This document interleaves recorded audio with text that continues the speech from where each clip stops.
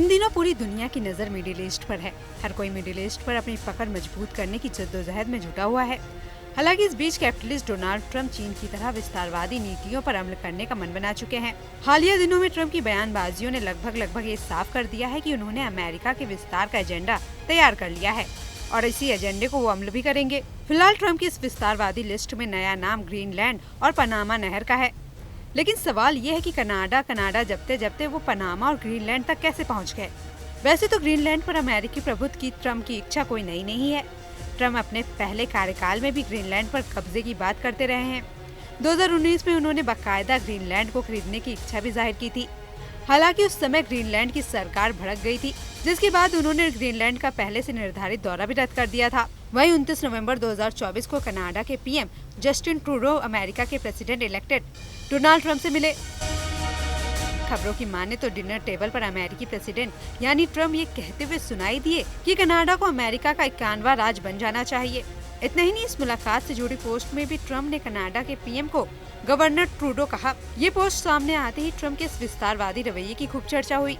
अब कनाडा के अलावा ट्रंप ने अपने इस प्लान में 2 नए नाम जोड़े हैं, जिसमें दुनिया के सबसे बड़े द्वीप और सबसे व्यस्त व्यापारिक रूट में से एक पनामा नहर का नाम है। ट्रंप ने कहा है कि ये दोनों अमेरिका के कंट्रोल में होना बेहद जरूरी है। ट्रंप के इस बयान के बाद से ही दुनिया भर में एक नई बहस छिड़ गई है। ऐसे में अब सवाल ये है कि ग्रीनलैंड ही क्यों? दरअसल अमेरिका के लिए ग्रीनलैंड सिक्योरिटी और इकोनॉमिक के मोर्चे पर काफी अहम है। ग्रीनलैंड में अमेरिका का मिलिट्री बेस है और यहाँ दुर्लभ नेचुरल रिसोर्सेज भी मौजूद है। नॉर्थ अटलांटिक सागर में मौजूद ग्रीनलैंड दुनिया का सबसे बड़ा आइलैंड है, जिसके कारण रूस, अमेरिका जैसे कई कंट्री इस पर कंट्रोल करने की होड़ में लगे रहते हैं। इसके अलावा बात अगर पनामा नहर की करे तो डोनाल्ड ट्रंप भले ही अमेरिका के प्रेसिडेंट हो, लेकिन पहले वो एक कारोबारी है। व्यापार और लाभ उनके जीन में है। पनामा नहर के जरिए जहाजों की आवाजाही में जो कारोबार होता है वो अमेरिका को बहुत लाभ देता है। लेकिन बीते दिनों ट्रंप अचानक ही पनामा सरकार पर भड़क गए और जरूरत से ज्यादा फीस वसूलने को उन्होंने बेतुका कह डाला। ट्रंप चाहते हैं कि पनामा नहर के इस्तेमाल के लिए वसूले जाने वाले फीस कम की जाए। अगर ऐसा नहीं किया जाता है तो इस पर नियंत्रण अमेरिका को वापस दे दिया जाए। अब जरा पनामा नहर में होने वाली कमाई का खेल समझिए। एक अनुमान की माने तो पनामा नहर से रोजाना लगभग 14,000 जहाज और पोत गुजरते हैं।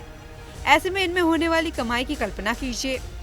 कहा जाता है कि पनामा गवर्नमेंट को इस नहर से हर साल तकरीबन $1 अरब की ट्रांजिट फीस मिलती है। इसके अलावा चीन भी इसकी अहम वजह है। पनामा नहर अमेरिका के पूर्वी तट को चीन से भी जोड़ता है। चीन का बहुत बड़ा कारोबार इसी नहर के जरिए होता है। चीन के इस संभावित दबदबे को रोकने के लिए ट्रंप नहर पर नियंत्रण चाहते हैं। वजह कोई भी हो, लेकिन ट्रंप के इस बयानों के बाद से दुनिया में नई खलबली पैदा हो गई है। आपको हमारा ये वीडियो कैसा लगा ये कमेंट बॉक्स में जरूर बताएं और साथ ही अगर आपने हमारे चैनल को सब्सक्राइब नहीं किया है तो इस चैनल को सब्सक्राइब कर लें और अगर आपको ये वीडियो पसंद आया हो तो इसे लाइक करना ना भूलें।